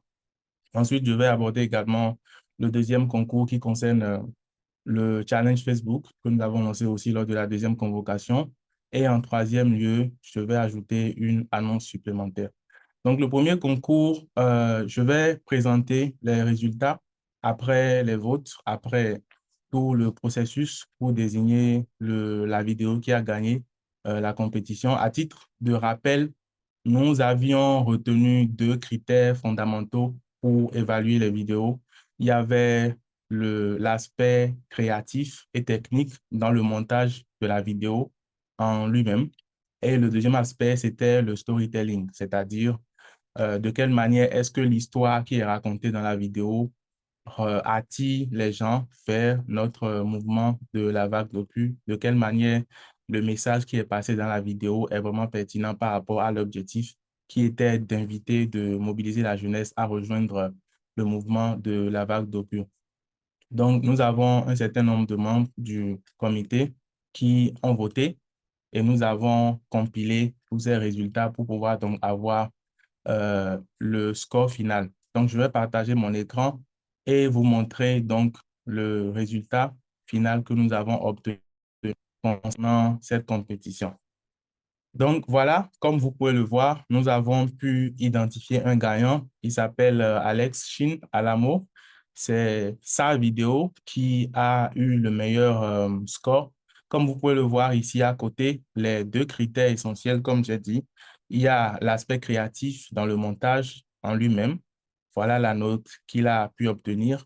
La note varie de 1 à 5. Donc, il a pu obtenir, en compilant les notes de tout le monde, 3,5. au niveau de l'aspect storytelling, il a pu obtenir la note de 4,1. Et vous pouvez voir, il y a Christopher Kambunga qui suit. Et en troisième, il y a la vidéo de Hongil Mofo Djikler. Donc, félicitations à Alex Shin pour avoir gagné, n'est-ce pas, cette compétition.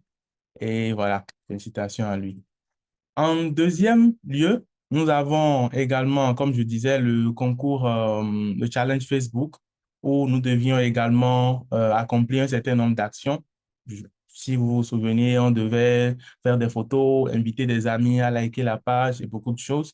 Donc là aussi, nous avons rassemblé les différentes informations qui ont été fournies afin d'identifier le gagnant. Donc, je vais aussi partager mon écran et nous allons tous découvrir ensemble le gagnant pour cette compétition. Voilà, c'est parti. Donc, comme vous pouvez le voir, là, nous avons Bok Jong Yves Constantin. Je pense qu'il est du Bénin. Donc, c'est lui qui a gagné. Félicitations à lui. Donc, là aussi, il y avait beaucoup de critères et il y avait différents points en fonction des différentes activités, des différentes actions à mener. Le selfie qu'il fallait envoyer, les amis qu'il fallait inviter, il y avait des points en fonction de chacune de ces actions. Donc, comme vous pouvez le voir, Yves a été vraiment impliqué et très motivé. Et voilà, le résultat, comme vous pouvez le voir, voilà, 225 points. Il a été suivi par Mio, Kwon Prince et Emmanuel Kius. Donc, voilà les deux résultats pour les deux concours que nous avons eus. Et nous voulons annoncer un troisième concours qui concerne les différentes sous-régions. Alors, je vais expliquer très brièvement.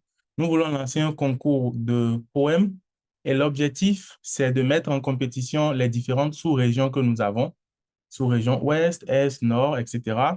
Et chaque sous-région va soumettre un poème et la sous-région qui va gagner ce concours-là va présenter son poème à la vraie mère lorsque nous serons en Corée.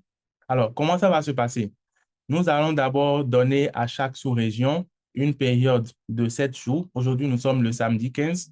Donc, le samedi prochain, le 22 mars, les poèmes de chacune des sous-régions seront prêts. Et là, nous allons maintenant les poster sur les différentes pages de Pure Water Wave.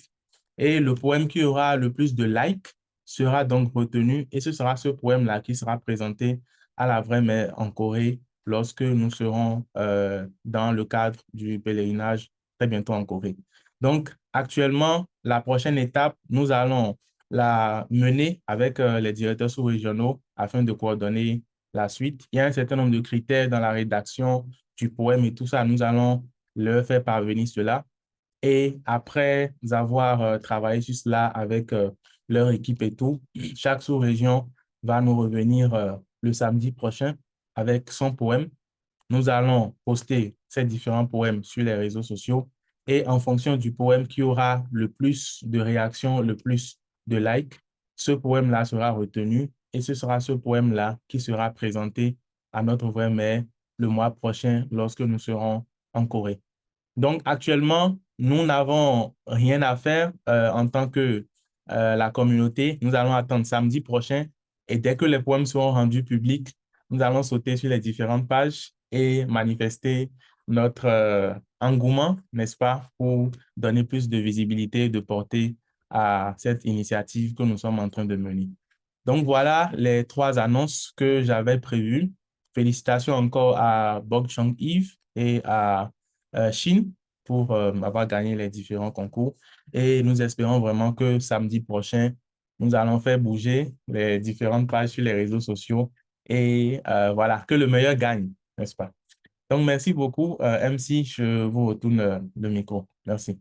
Merci beaucoup, Monsieur Pascal Belancourt, pour ces annonces magnifiques. Félicitations une fois de plus à Chine et à Bok Chong pour leur participation très active. Cela nous fait vraiment plaisir de voir ces résultats. Le concours est lancé. Donc, nous allons tous nous préparer pour pouvoir réellement répondre à l'appel de la vraie mère. Un poème qui va faire bouger le ciel. Merci beaucoup. Donc, sans plus tarder, je vais inviter notre envoyé spécial, Godson Oguri, pour d'autres annonces aussi très intéressantes. Okay, thank you very much, MC. Thank you for inviting me once again. Good evening, everybody. I saw on the chat, Mary put there, what about the choreography contest? So relax, Mary, that's why I'm here. I'm here for you. If you are curious to know about, how that went, Mary, don't worry, just calm down. I'm here for you. I came especially for you. So don't be apprehensive. We cannot forget you. Well, of course, I don't know how the result would have gone based on what you did, but definitely, Mary, calm down. I got you. I got you.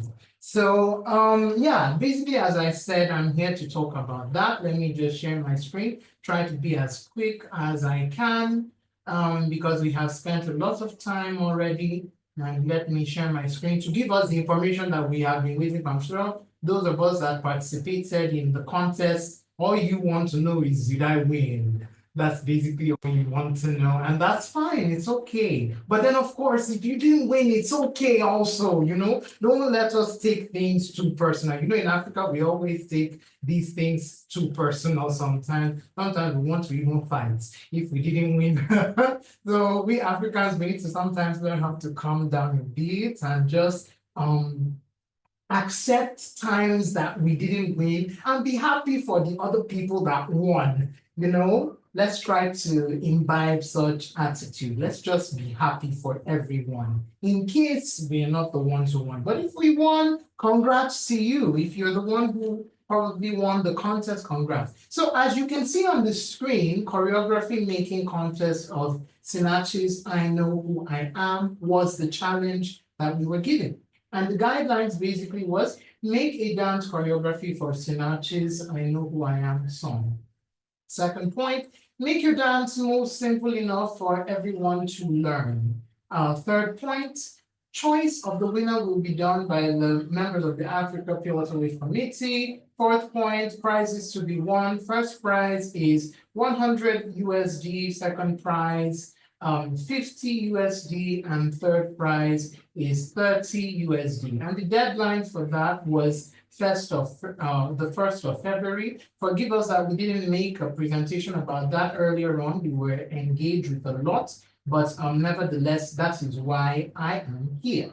So, okay, before I go to that, we had a total number of 7 contestants, if I should call them contestants or participants in this challenge. We had 7 of them, and that's what I'm about to present to you. So that at least, even though we are just going to be giving prizes to first, second, and third, we would still like to recognize all those who participated. And so first we have Ms. Effort Ojubeli from Nigeria. She submitted an entry for the I Know Who I Am choreography making contest. She submitted her choreography.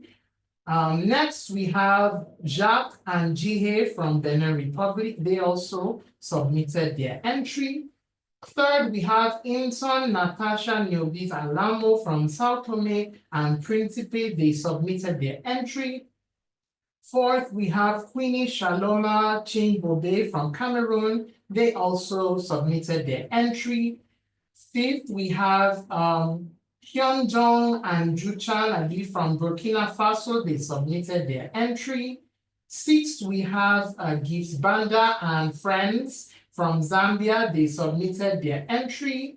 And finally, we have Lee and Imelda from Heavenly Top Gun, Western Sub-Region. They submitted their entry. So these wonderful brothers and sisters took out their time, time from their busy schedules, and they did their best to create the dance contest. And if you remember correctly, the objective of this dance contest, apart from the fact that it is a way to create momentum for the Africa Pure Water Wave, one of the goals of this dance contest was for us to make a choreography that the 210 youth who will be going to Korea to meet True Mother will dance and perform in front of True Mother. So that means that these people here, whoever emerges as the winner, will the winner's dance will be learned by all 210 members of those going to Korea. And when they arrive in Korea and eventually meet True Mother, they will be performing that dance in front of True Mother. So you can see that the winner of this contest really, I think he or she or they have like a big responsibility. At the same time, it's a big honor on their parts if they won. And but then I would like to mention that in the end, what eventually happened in the end was that we picked out of the 7 contestants here, we picked out the best 3, and from the best 3, we combined their dance steps together. Of course, the proportion at which we did the combination was different. There was an overall best, and at the same time, we had the 2nd position and 3rd position, depending on how much dance steps we took from the top 3. So it was the dance steps in the end was a combination of the best 3. But at the same time, we still give a ranking to the best 3 to the best 3 as who will be 1st, 2nd, and 3rd. So right now we are going to what we have been waiting for. Among these 7, who were the best 3? So yeah, you can choose to do your drum roll wherever you are, probably if you were a contestant.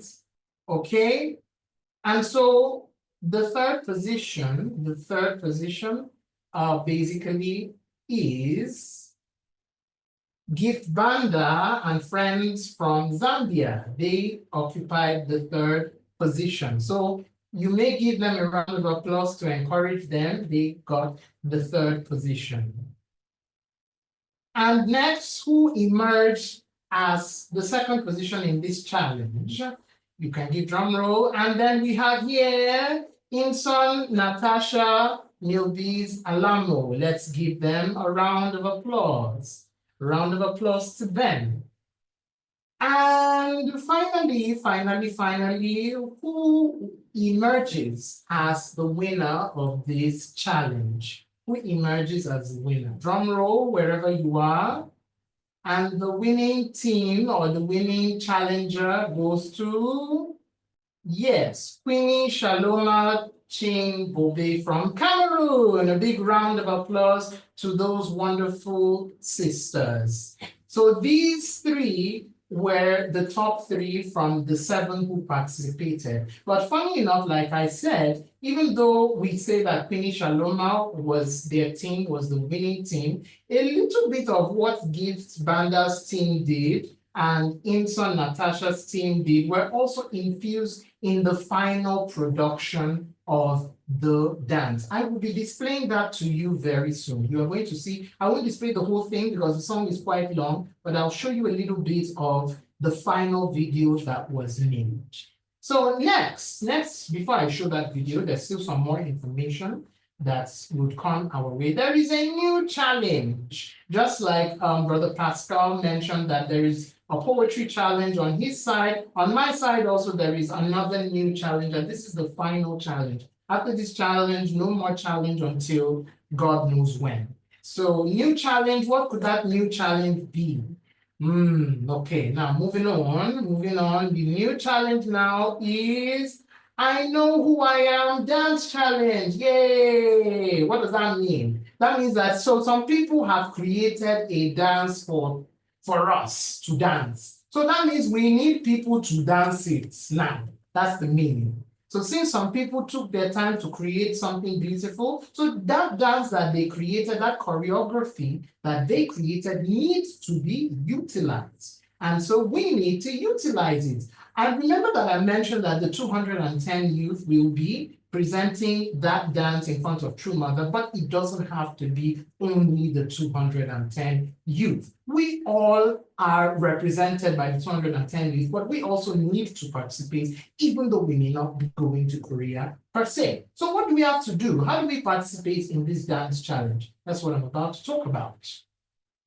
Now, as you can see on the screen, first and foremost, the first thing you need to do is learn the dance choreography of Sinach's I Know Who I Am. That is the dance choreography made by those three wonderful groups, which I will be displaying to you after this presentation. So when you learn that, then make a video of yourself dancing the choreography. You can dance as an individual or as a group. Now you may ask the question, okay, how can we get that video so that we can learn? The videos, first of all, will be posted on our social media platform, our Facebook platform, and our WhatsApp platform. So what you need to do is go to Africa Pure Water Wave on Facebook, and you will see the dance choreography tutorial video there. That is one medium. Second medium, if you're unable to go to Facebook, we will also be sharing the video through our sub-regional youth leaders. So if you are from sub-region North, please contact your sub-regional youth leader from sub-region North. If you are from sub-region South, contact your sub-regional youth leader in the Southern sub-region to give you access to the video when it is sent. So these are the two channels to which we are going to be sharing the tutorial video. Third point, after you have made a video of yourself dancing the choreography, the third point is post your video on Facebook. Post your video on Facebook. So when you post your video on Facebook, you must do some things. First of all, you must tag Africa Pure Water Wave. Like I said, we have an Africa Pure Water Wave Facebook page. So if you have not followed Africa Pure Water Wave Facebook page, please go and follow the page, first of all. You need to first of all follow and like the page. So when you post your video, you need to tag Africa Pure Water Wave on Facebook. After doing that, when you are putting your words on the post, you need to use 3 hashtags. First hashtag is Africa Pure Water Wave. Africa Pure Water Wave is the first hashtag.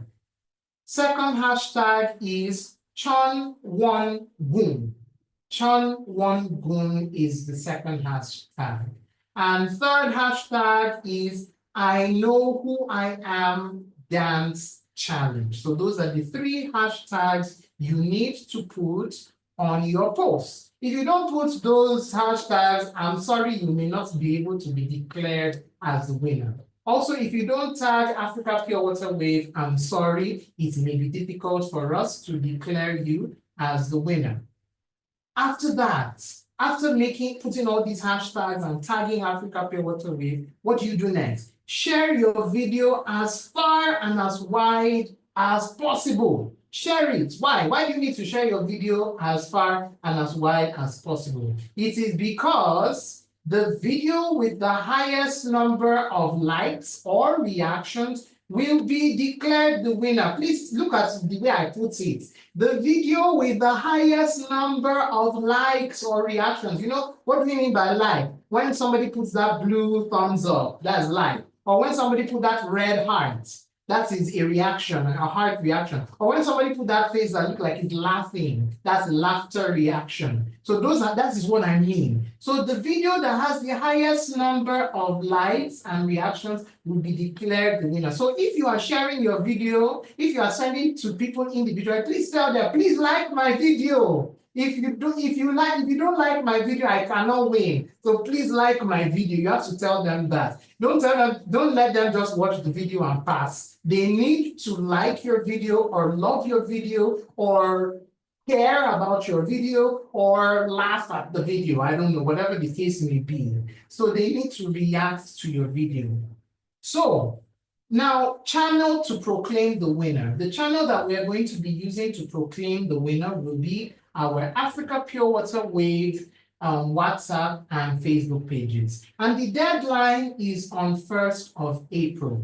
1st of April is the deadline for this challenge. What does that mean? That means that on 1st of April, we are going to declare the winner. So that means before 1st of April, you already need to start uploading your videos. Don't wait till 1st of April. Before 1st of April, start uploading your videos. As you are ready, just upload, keep uploading. The dance doesn't have to be so perfect. The dance doesn't have to be so strict, if I should put it that way. Just make sure you do something that you enjoy. Of course, try as much as possible to do something good. Have fun and share your video so that your video can have enough reactions or likes. Now, what is the prize? The prize basically is that the winning team or the individual with the most likes gets an Africa Pure Water Wave t-shirt.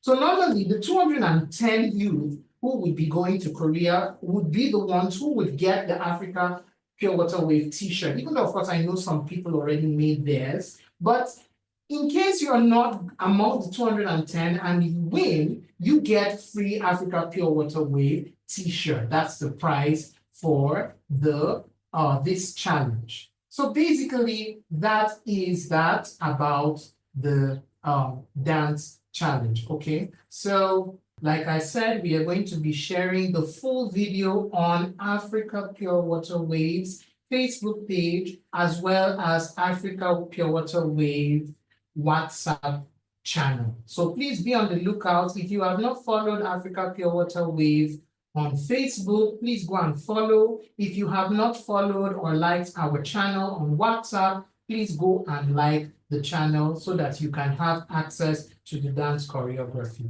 And so if you learn the dance, make your own video, put it on Facebook, tag Africa Pure Water Wave, and tag Africa Pure Water Wave, use the 3 hashtags, and then you're good to go to be part of the contest. And I would like to also emphasize that the 210 youth who will be going to Korea, it is compulsory for all of you to learn that choreography because we are going to be presenting that choreography in front of True Mother. So even if other people may not want to learn it, 210 youth, if you are here, please, you must learn that dance so that you can dance in front of our True Mother. Thank you very much, everybody, and thanks for listening. MC, over to you. Thank you. Merci beaucoup, grand frère Godson. Merci à notre envoyé spécial. C'était des annonces magnifiques. Carrément, nous sommes vraiment gâtés ce soir. Il y a plein de concours qui sont annoncés. Donc, c'est une opportunité pour nous de nous ouvrir, d'exprimer réellement nos différents talents. Donc, nous sommes très reconnaissants pour cela. Merci beaucoup. Donc, sans plus tarder, nous allons inviter notre très chère grande sœur, la vice-présidente Mika Amanamo, pour pouvoir nous donner les mots de clôture. Okay, thank you. Thank you. Yes, anyway, I'm excited also by all of our challenge that we have with the dance and also the poetry, and also congratulations to the winners. And if you weren't a winner, congratulations to all of you who participated. I felt actually we should share, we will be sharing actually all the videos that were made by the video editing. A lot of work was done into that. In fact, it was not easy to choose actually the best. But we'll be presenting it on the YouTube channel, so still people can see the efforts of everyone involved in doing their video editing for the Africa Pure Water Wave introduction video or promotion video. So just to let you know, we recognize you, and we want to really thank you for your efforts. And you can really see a lot of effort and talent is within our region, and I'm so grateful. In fact, this is just a small amount. I'm sure there's more. So those of you who maybe felt you missed out this time, don't worry. We will continue to always host this kind of platform so that we can share our talent, use our skills to also share our offering. So I just want to say thank you to everyone who participated in the video editing, also the dance contest, and also the social media. And now we have some more, so please continue, especially the dance challenge. If you remember, for those of you who did Africa Youth Assembly, I think in quite a few, 2 years ago now, we actually did a dance challenge to Mama Africa, the song Mama Africa, do you remember? So that time also there was a lot of interest because of that dance. And we want to have the same momentum now with the Africa Pure Water Wave. And what's amazing is that the dance that we're deciding to use as our theme song, interestingly, even before we knew, right, about a very special guest that will be joining us in Chonwangung is that Shinash, who is the singer of I Know Who I Am, will be the one. She's also going to be coming to Korea to perform. So I always think, imagine she's singing and then we're the ones performing and our videos become viral because of that. So think about that, right?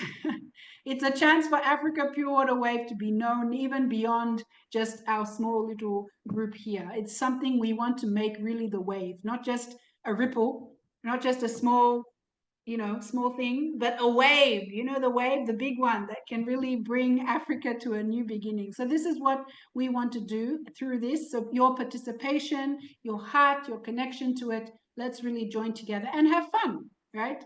Every time I hear that song, actually, I always want to dance anyway. So it's not easy. It's not hard to not dance to that song, right?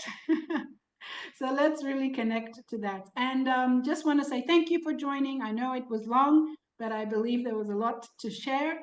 This is the last convocation before the events, meaning the next time we meet will be for the Chonwangung entrance ceremony, right? This will be the 13th of April next month. So we have actually just a bit less than a month before then, and that will be our convocation. Right? Don't think, oh, I don't have the convocation. That's our convocation. That's actually the biggest convocation that we need to gather in front of Heavenly Parent to welcome Heavenly Parent home. Some of us representatives will be in Korea, some will be here, but don't think that we are not together because we're going to be united, all of us connected to the preparation and also to the entrance ceremony. We'll be connected. That will be our gathering. So that will be what we will be coming together for next month.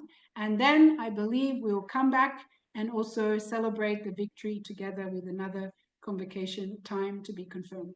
But thank you. Let us continue. And really, we're truly grateful. Thank you very much. Merci beaucoup à notre grande sœur. Nous recevons ces remarques sur les choses ovations. Voilà, donc nous sommes en train d'arriver petit à petit vers la fin de cette très grande convocation. Donc, toutes les remarques qui ont été données, tous les conseils qui ont été donnés par nos très chers aînés, nous devons les prendre réellement à cœur, histoire de pouvoir réellement nous préparer pour l'entrée dans le Chonwangung. Donc voilà, Africa Pure Water Wave, la grande vague qui va purifier l'Afrique. Merci une fois de plus. Nous allons nous mettre dans les dispositions idéales afin de pouvoir réellement, tous ensemble, prier à l'unisson. Donc, mettons-nous dans les dispositions idéales et prions tous ensemble à haute voix. Prière à l'unisson. Sheikh Jack Aboje Omone. À présent, nous allons nous mettre dans les conditions idéales afin de pouvoir offrir les salutations de fin aux parents célestes et aux vrais parents. Donc, mettez-vous dans les conditions idéales. Pour ceux qui peuvent se lever, levez-vous. Ceux qui sont devant les caméras, qui voient qu'ils ne peuvent pas se lever, mettez-vous dans les dispositions intérieures idéales. Merci à la technique. Anu pumonim gwa chonjin cham pumonim ke kyombe baro. Merci beaucoup. Donc, avant de nous séparer, nous allons, avec l'aide de la technique, prendre des photos de famille. Donc, c'est le moment pour nous d'ouvrir toutes nos caméras. Donc, ouvrons toutes nos caméras, manifestons nos plus beaux sourires. Voilà, nous sommes en famille, des personnes qui sont partout. Je vois Matadi, le Nigeria, partout. Sao Tomé. Donc, nous sommes tous une famille. Souriez à vos frères et sœurs. Que la technique puisse nous aider à prendre vraiment de très belles photos pour enregistrer ce magnifique moment. La dernière convocation avant l'entrée dans le sanctuaire du Chonwangung.